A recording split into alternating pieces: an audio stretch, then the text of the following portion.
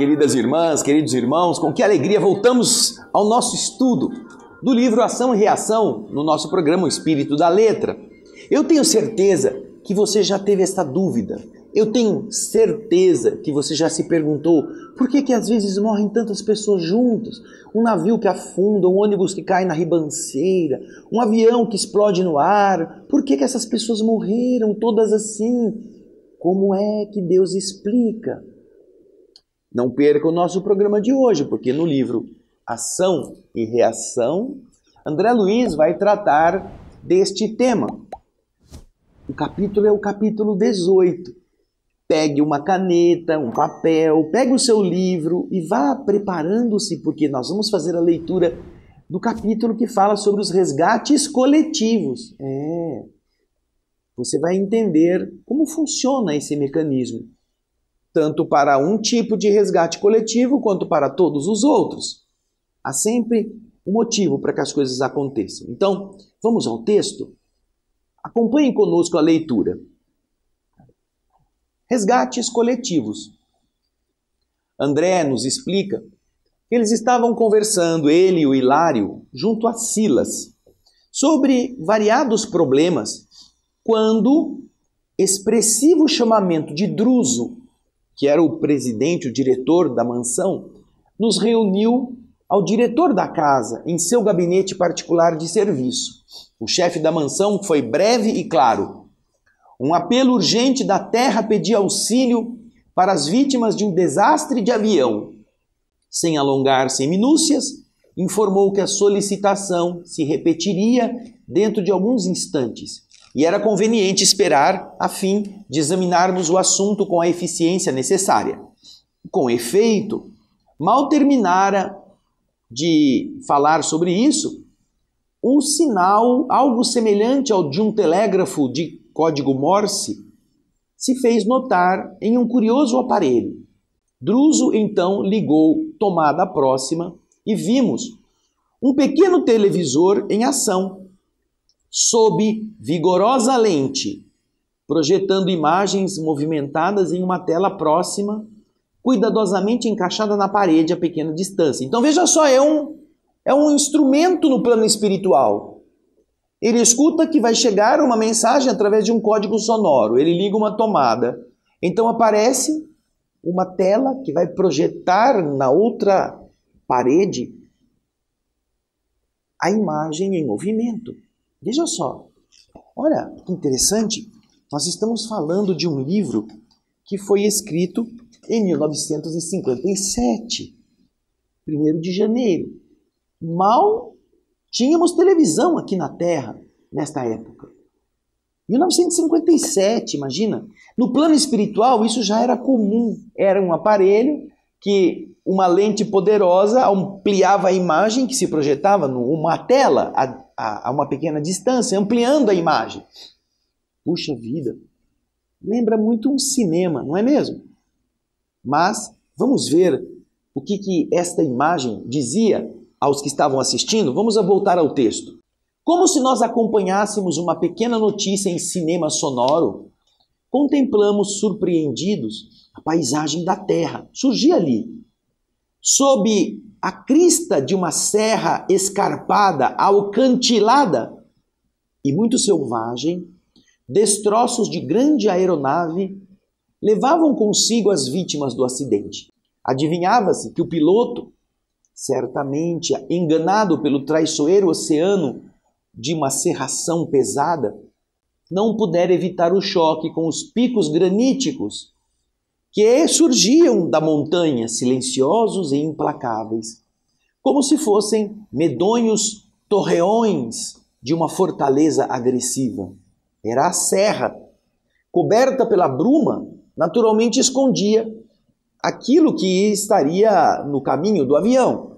E nesta época, e graças a acidentes desse tipo, é que os projetistas aeronáuticos criaram mecanismos de aviso a respeito de aproximação de obstáculos, porque nessa época não havia. Quando o indivíduo saiu da bruma, encontrou os picos. E ali não teve tempo de tirar o avião. Continua ele a descrever. em pleno quadro inquietante que nós estamos vendo, aparece a imagem de um ancião desencarnado, de semblante nobre e digno, que formulava um requerimento comovedor, rogando à mansão que enviasse equipe adestrada para a remoção de seis das 14 entidades desencarnadas no doloroso acidente. Enquanto Druso e Silas combinavam medidas para a tarefa assistencial, Hilário e eu olhávamos espantados o espetáculo inédito para nós dois. A cena aflitiva parecia acontecer ali mesmo. 8 dos desencarnados no acidente jaziam em posição de choque, algemados aos corpos, mutilados ou não. 4 gemiam, unidos aos próprios restos, e 2 deles, não obstante ainda presos às formas do corpo, gritavam desesperados em crises de inconsciência. Contudo, amigos espirituais abnegados e valorosos velavam ali, calmos e atentos. Parecendo uma cascata de luz vertendo do céu, o auxílio do alto vinha solícito em abençoada torrente de amor. O quadro patético era tão real à nossa observação que nós podíamos ouvir os gemidos daqueles que despertavam desfalecentes. Podíamos ouvir as preces dos espíritos socorristas e as conversações dos enfermeiros que organizavam, que combinavam providências à pressa.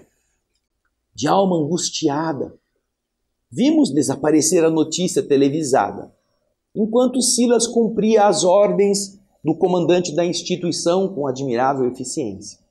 Em poucos instantes, diversos operários da casa puseram-se em marcha na direção do local minuciosamente descrito. Voltando ao gabinete em que estávamos aguardando o retorno, Silas ainda se entendeu com o orientador, Druso, por alguns minutos, com respeito ao serviço que ali se buscava realizar. Foi então que Hilário e eu perguntamos se não nos seria possível a participação nessa obra de assistência que estava se processando. No que Druso paternalmente não concordou, explicando que o trabalho era de uma natureza muito especial, requisitando colaboradores rigorosamente treinados. Cientes de que o generoso mentor poderia dispensar-nos mais tempo, aproveitamos a oportunidade para estudar a questão das provas coletivas. Hilário abriu o campo livre ao debate, perguntando respeitoso: por que motivo era rogado o auxílio para removerem 6 dos desencarnados, quando as vítimas eram 14? Por que só 6? Druso, em tom sereno e firme, respondeu-lhe: bem, Hilário, o socorro no avião sinistrado é distribuído indistintamente. Todos serão atendidos. Porém, não podemos esquecer que se o desastre é o mesmo para todos, os que morreram, os que tombaram, a morte é diferente para cada um. Preste atenção nesta frase. Você que sempre perguntou sobre essas questões. O desastre é o mesmo para todos, mas a morte é diferente para cada um. Preste atenção nessa frase. Você que às vezes está acostumado a questionar Deus, ou quando fica sabendo dessa história, fica pensando como Hilário, por que só pegaram, deixaram os outros 8 lá, pegaram só 6? Porque de verdade, o acidente matou 14. Mas quem está mais preparado para enfrentar a circunstância da morte não eram os 14. É isso que o Druso vai explicar para eles. Vamos voltar ao texto, vamos lá. No momento, serão retirados da carne tão somente aqueles cuja vida interior lhes concede a imediata liberação. Quanto aos outros, cuja situação presente não lhes favorece o afastamento rápido do corpo físico, eles permanecerão ligados por mais tempo aos despojos que lhes dizem respeito. Quantos dias? Perguntou Hilário, incapaz de conter a emoção de que se via possuído. Ora, Hilário, disse Druso, depende do grau de animalização dos fluidos que os prendem, que prendem o espírito deles ao corpo de carne. Alguns serão presos, serão detidos ali por algumas horas. Outros, talvez, por longos dias, quem sabe. Corpo morto nem sempre significa libertação da alma. O gênero de vida que alimentamos no estágio físico dita as verdadeiras condições de nossa morte. Quanto mais chafurdamos o ser nas correntes de baixas ilusões, mais tempo leva para a gente esgotar as energias vitais que nos prendem à matéria pesada e primitiva, de que nos constitui a instrumentação fisiológica, de que se constitui o nosso corpo, demorando-nos nas criações mentais inferiores às quais nos ajustamos, e nelas encontrando combustível para dilatados enganos nas sombras do campo carnal, propriamente considerado. E quanto mais nos submetamos às disciplinas do Espírito, que nos aconselham equilíbrio, sublimação, mais amplas facilidades conquistaremos para a libertação da carne em quaisquer emergências, de que não possamos fugir por força de débitos contraídos perante a lei. Assim, é que a morte física não é o mesmo que emancipação espiritual.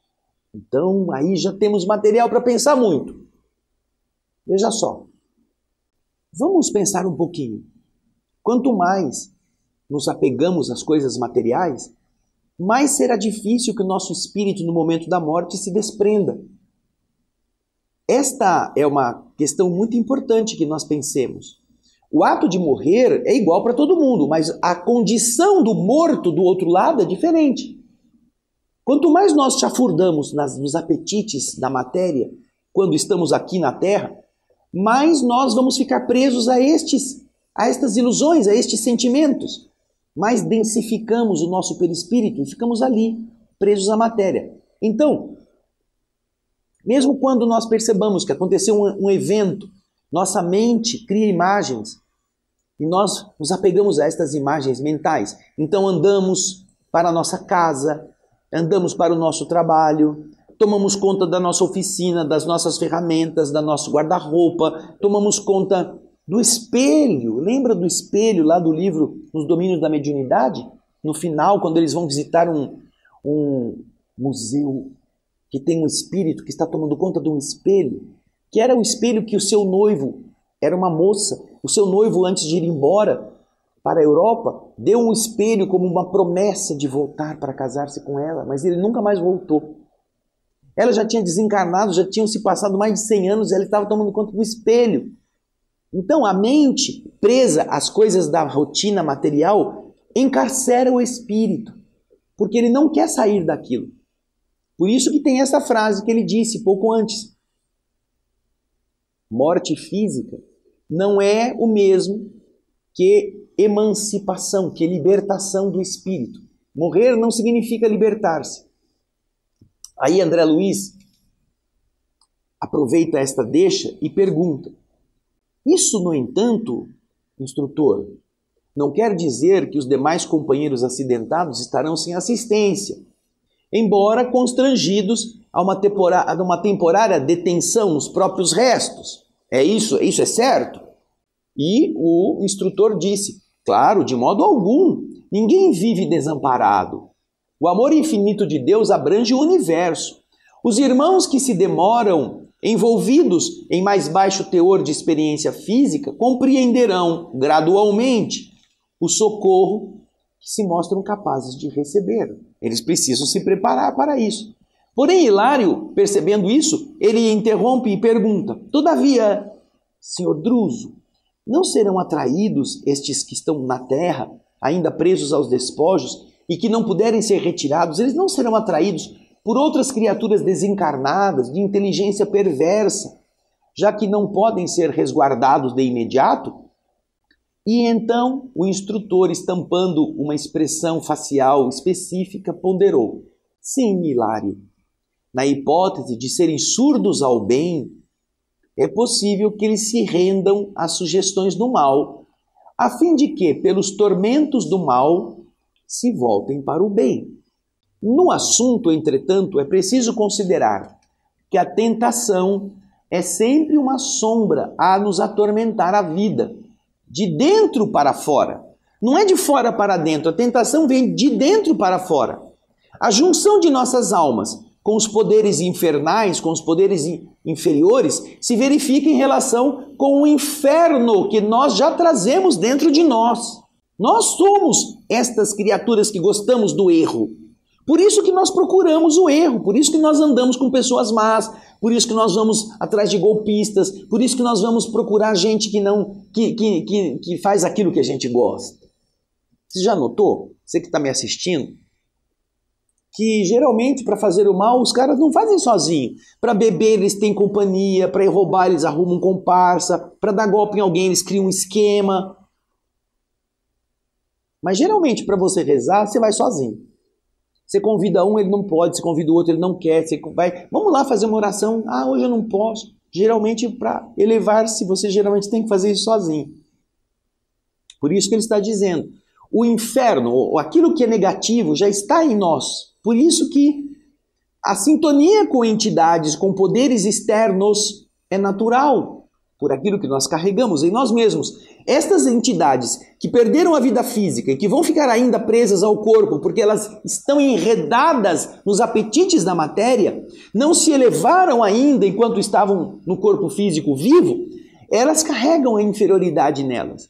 E se obviamente elas não elevarem a prece, não pedirem a Deus ajuda com sinceridade, elas aceitarão o convite de entidades como elas, para irem com elas, fazerem as coisas do mundo material que elas estão acostumadas. E elas vão sofrer as consequências disso, até que se cansem e por causa disso se voltem para o bem. Aí André Luiz nos explica, no texto, essa explicação, diz ele, não poderia ser mais clara. Talvez por isso, um pouco desconcertado pelo esclarecimento direto, Hilário, meu companheiro, que tanto quanto eu não desejava perder a oportunidade de uma conversação mais ampla, comentou humildemente, nobre instrutor, por certo não temos o direito de questionar qualquer determinação que proceda da sua autoridade. Ainda assim, estimaria conhecer mais profundamente as razões pelas quais nós não podemos ir lá trabalhar em colaboração nos serviços pertinentes ao socorro nesses resgates coletivos. Não poderíamos, por acaso, cooperar com os obreiros desta casa nas expedições de auxílio às vítimas de acidentes diversos, de modo a pesquisar as causas que os determinaram? Indiscutivelmente, a mansão, com as responsabilidades de que se encontra investida, vai se desincumbir de trabalhos dessa espécie todos os dias. Tem trabalhos assim diariamente. E Druso corrigiu sem pestanejar. Quase todos os dias, Hilário. E olhando Hilário de maneira estranha, acrescentou, é importante observar, Hilário, que vocês coletam material didático para despertamento de nossos irmãos encarnados. Quase todos eles em fase importante de luta no acerto de contas com a justiça divina. Vocês estão indo nessas experiências para colher informações e contar isso para os encarnados. É isso que vocês fazem. Vocês então estão ajudando os encarnados a que eles possam pensar a respeito de certas questões. Agora ele continua dizendo no texto, analisando os resgates desta ordem, vocês fatalmente seriam forçados a uma autópsia, a um exame detalhado de situações e problemas suscetíveis de gerar imagens destrutivas no ânimo de muitos daqueles que vocês se propõem a auxiliar, contando as histórias. E isso não é bom. Não adianta você contar detalhes que poderiam levar as pessoas a um estado mental inferior. E então, esboçando o leve sorriso em que deixava transparecer a humildade que lhe adornava o espírito de Escol, ele acrescentou, me parece que não seríamos capazes de comentar um desastre de grandes proporções no campo dos homens sem inocular neles o vírus do medo, tanta vez portador do desânimo e da morte. Quando vocês forem contar essas histórias, ou fossem contar, caso estivessem lá presentes, vocês teriam que dizer coisas que iam gerar nos leitores um amedrontamento, um pavor. E, portanto, isso não seria bom. O vírus do medo, que porta o desânimo e até mesmo facilita a morte, estaria prejudicando os leitores. Aí André Luiz explica: a palavra do orientador serena e evangélica nos reajustava os impulsos menos edificantes. Inegavelmente, a terra jaz cheia de criaturas, tanto quanto nós, algemadas a escabrosos compromissos, carentes de uma ação contínua para o necessário reequilíbrio. Já tem muita desgraça na vida das pessoas. Não seria justo atormentá-las com pensamentos de medo, de flagelação, quando, através do bem, sentido e praticado, podemos, cada hora, afastar de nossos horizontes as nuvens de sofrimentos prováveis. Já pensou?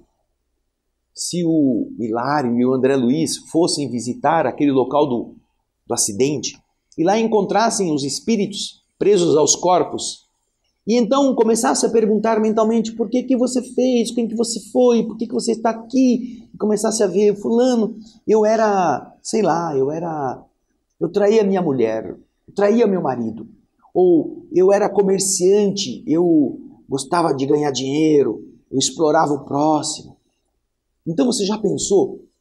Quem vai ler a história que André Luiz conta também trai o marido, trai a mulher, também é comerciante, que gosta, é sovina, gosta de tomar dinheiro dos outros. Então já pensou?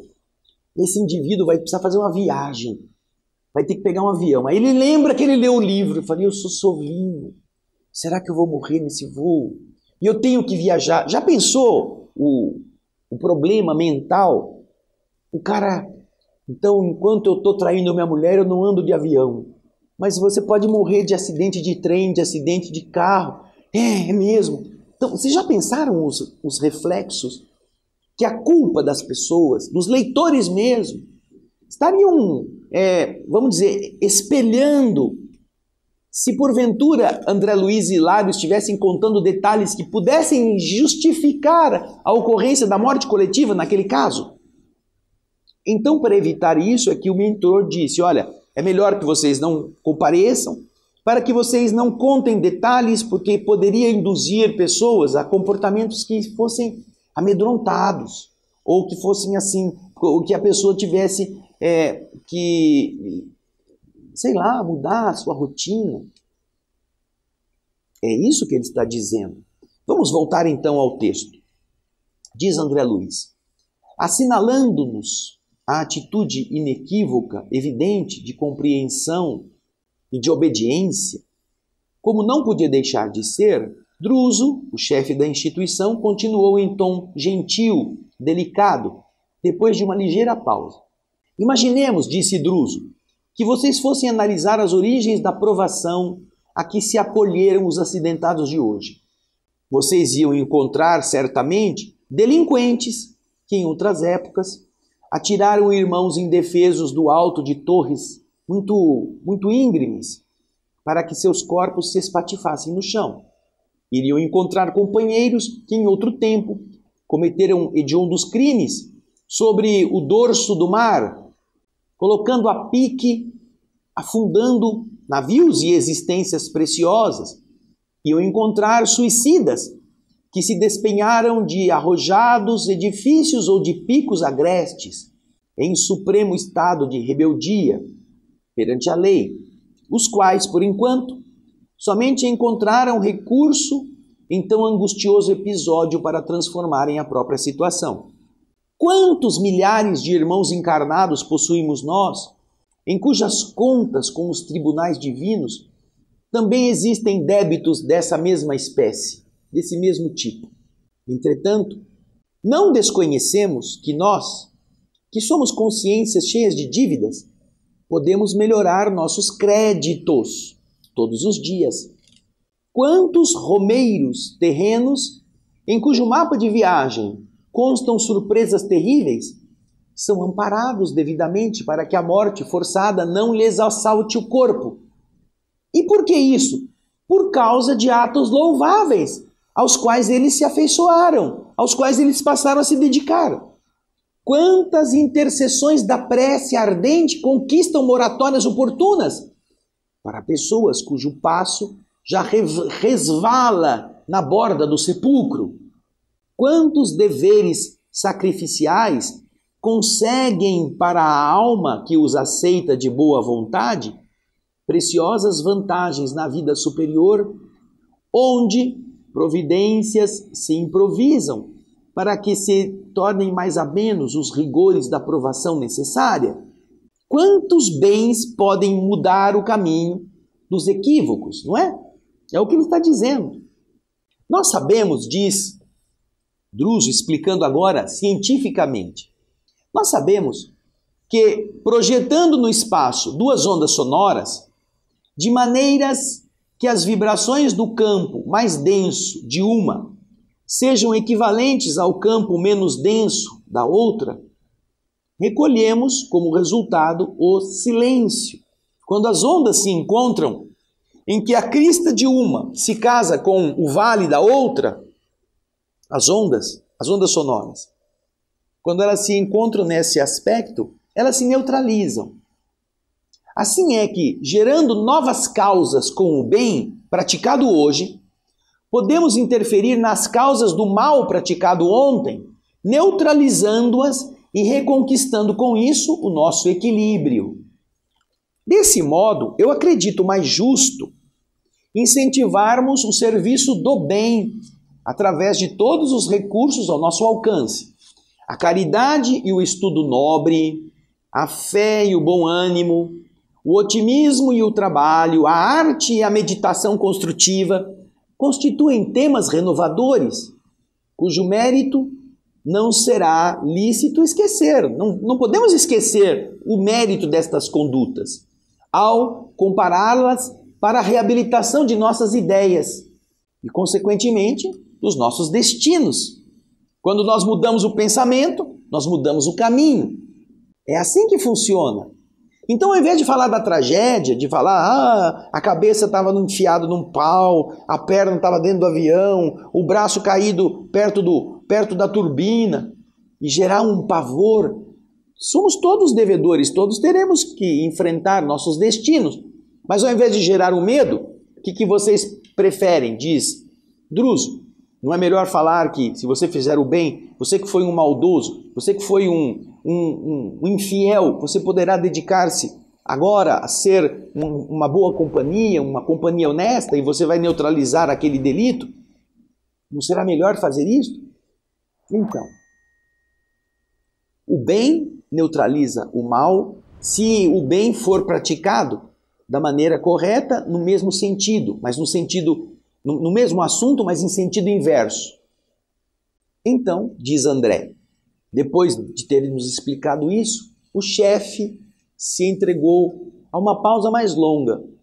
E movido pelo propósito de aprender, eu perguntei ao instrutor se ele mesmo não teria acompanhado algum processo de resgate coletivo, em que os espíritos interessados não teriam outro recurso senão a morte violenta, como finalização, como ponto terminal dos dias do corpo denso. Ao que o instrutor respondeu rapidamente, dizendo que sim. Ele tem lembrança a respeito. Diz ele, eu guardo em minhas experiências alguns casos expressivos que seria justo relacionar, mas eu vou me referir simplesmente a um deles. Atento ao imediatismo de nossa obrigação, temos que ser rápidos. Depois de momentos assim breves em que ele apelava para a memória, ele comentou benevolente: há 30 anos eu desfrutei um convívio de 2 benfeitores, a cuja abnegação muito devo neste pouso de luz. Ascânio e Lucas, assistentes respeitados na esfera superior, integravam-nos à equipe de mentores valorosos e amigos. Quando eu os conhecia em pessoa, já haviam gasto vários lustros, vários anos, no amparo aos irmãos transviados e sofredores. Cultos e enobrecidos, eram companheiros incansáveis em nossas melhores realizações. Acontece, porém, que depois de largos decênios de luta, nesses combates da fraternidade santificante, suspirando pelo ingresso nas esferas mais elevadas, para que se expandissem os seus ideais de santidade e de beleza, eles não demonstravam a necessária condição específica para este voo sonhado, para subirem mais acima. Totalmente concentrados no entusiasmo de ensinar o caminho do bem aos semelhantes, eles não pensavam em qualquer mergulho no seu próprio passado para estudar o que eles fizeram de errado.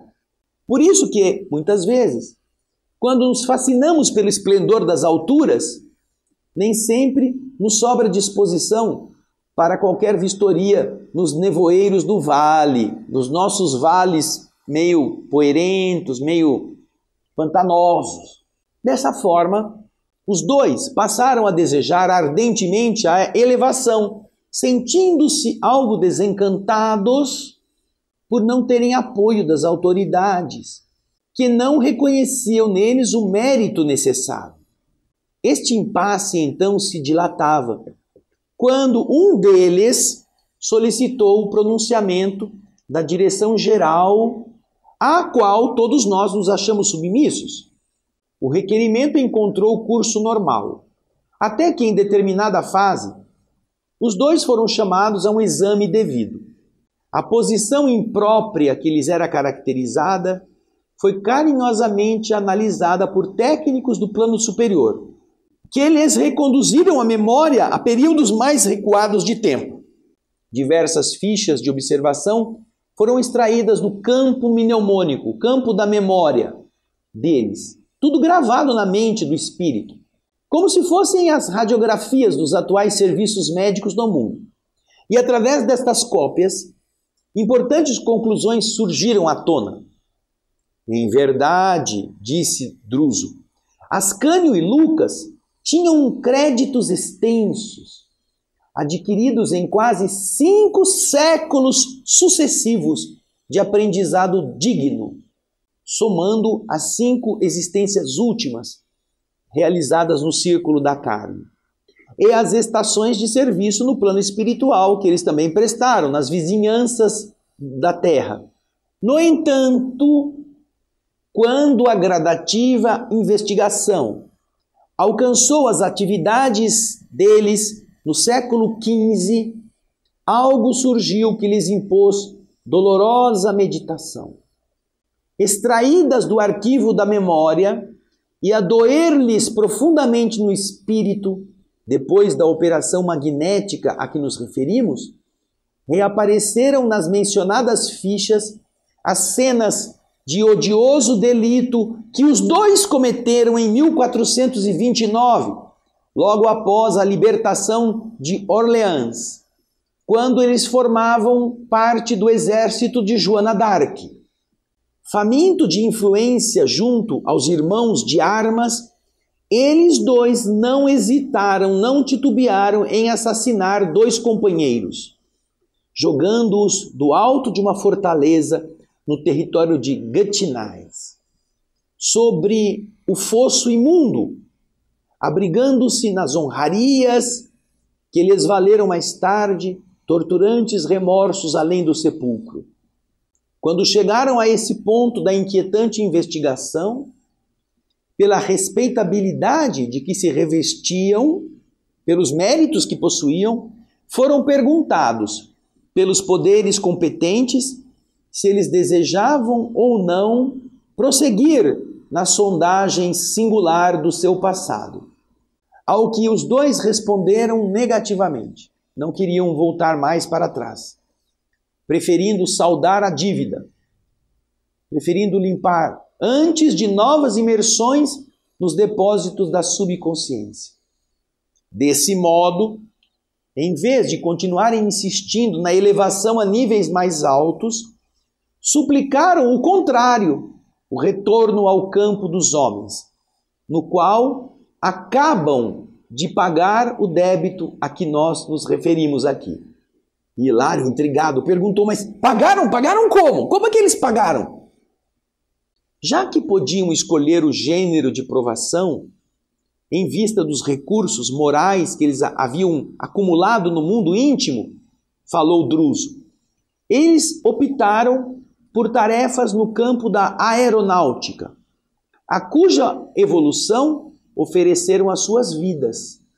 Há 2 meses, exatamente, regressaram ao mundo espiritual, depois de haverem sofrido a mesma queda mortal que eles infligiram aos companheiros de luta no século XV. E então um deles pergunta, André Luiz, e o nosso instrutor Druso chegou a visitá-los nos preparativos da reencarnação que agora terminou? Antes deles irem para a Terra, o senhor visitou-os? Ah, sim, por várias vezes eu os avistei antes da partida. Uniram-se à grande comunidade de espíritos amigos em um departamento específico de reencarnação, no qual centenas de entidades com dívidas mais ou menos semelhantes às deles também se preparavam para voltar à carne, abraçando assim o trabalho redentor em resgates coletivos. E André continua perguntando, todos podiam selecionar o gênero de lutas em que pagariam as suas contas? Perguntou André com interesse. E o instrutor respondeu, nem todos, André. Aqueles que possuíam grandes créditos morais, como acontecia aos benfeitores a que me reporto, dispunham desse direito. Assim é que vi muitos habilitando-se para sofrer a morte violenta em favor do progresso da aeronáutica, da engenharia, da navegação marítima, dos transportes terrestres, da ciência médica e da indústria em geral.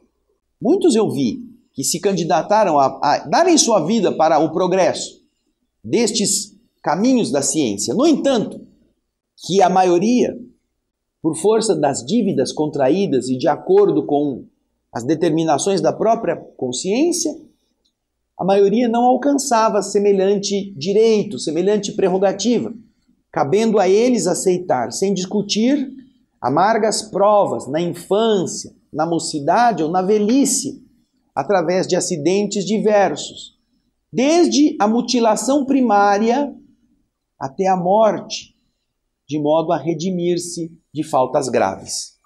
E Hilário, então, alarmado, perguntou, mas e os pais? Em que situação vamos surpreender os pais destes que devem ser ofertados, imolados ao progresso ou à justiça, na regeneração de si mesmos? A dor deles não será devidamente considerada pelos poderes que nos controlam a vida? Se o cara tem que morrer caindo do penhasco, mas os pais vão sofrer com isso, os pais não teriam que passar por isso. A dor deles não será considerada por esses poderes que nos controlam a vida? Perguntou Hilário. E o instrutor respondeu com clareza. Ora, Hilário, como não? Como não? As entidades que necessitam de tais lutas expiatórias são encaminhadas aos corações que se acumpliciaram com elas em delitos lamentáveis no passado distante ou recente. Ou, ainda, são encaminhados aos pais que falharam junto dos filhos em outras épocas, a fim de que aprendam na saudade cruel e na angústia inominável, angústia sem nome, o respeito e o devotamento, a honorabilidade e o carinho que todos devemos na terra ao Instituto da Família. A dor coletiva é o remédio que nos corrige as falhas mútuas. Veja que interessante. Os pais que estão passando por esta provação também têm contas a acertar, seja com aqueles que foram seus cúmplices e que agora estão recuperando-se pelo desencarne coletivo, seja com outros que eles falharam e que agora eles precisam aprender, ao perderem entes amados, o valor da família que em outras vidas eles desconsideraram. Não é? Todas as nossas atitudes produzem efeitos, ação e reação. Aí André explica. Longa pausa se estabelecera. Esta lição como que nos empurrava a rápidos mergulhos no mundo de nós mesmos. Hilário, contudo, insatisfeito como sempre, perguntou irrequieto. Instrutor amigo, imaginemos que Ascânio e Lucas, após a vitória de que nos dá notícia, continuem sonhando a subida aos planos mais altos. Precisarão, para isso, voltarem a consultar o passado?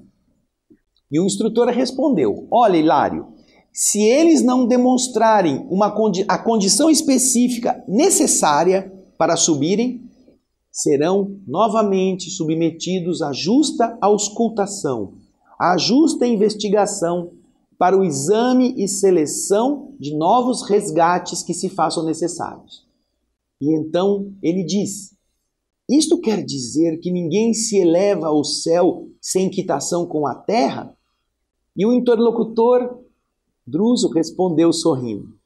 Será mais lícito, Hilário, afirmar que ninguém se eleva a pleno céu sem plena quitação com a terra, porquanto a subida gradativa pode se verificar, não obstante invariavelmente condicionada aos nossos merecimentos nas conquistas que já fizemos. Os princípios de relatividade são perfeitamente cabíveis no assunto. Quanto mais céu no interior da alma, através da sublimação da vida, mais ampla imersão e incursão da alma nos céus exteriores, até que se realize a suprema comunhão dela com Deus, nosso Pai. Para isso, como reconhecemos, é indispensável atender à justiça. E a justiça divina está inevitavelmente ligada a nós, de vez que nenhuma felicidade ambiente será verdadeira felicidade em nós, sem a aprovação implícita da nossa consciência. Nós precisamos perceber que nós merecemos aquilo, ou que nós não merecemos aquilo. O ensinamento era profundo. Paramos de perguntar, e como o serviço urgente requeria a presença de Druso em outra parte, nós nos retiramos indo em direção ao templo da mansão, com o objetivo de orar e de pensar. Orar e pensar. É o que nós propomos a você, que você também possa fazer. No próximo programa vamos para o penúltimo capítulo, Sanções e Auxílios. Não perca, vai lendo, não fica esperando não. Tem muita coisa linda para a gente aprender nesses 2 últimos capítulos. Eu espero que você possa estar desfrutando. Eu espero que você possa estar falando disso para os seus amigos, para os seus companheiros de caminhada na Terra, mas que, sobretudo, você esteja mudando, porque você ainda tem tempo. Pense nisso. Esperamos você no nosso próximo Espírito da Letra. Obrigado pelos comentários, obrigado pelos elogios, obrigado por você estar participando da mudança do mundo também, como um agente. E eu espero você na próxima semana com o capítulo 19. Um grande abraço e muita paz.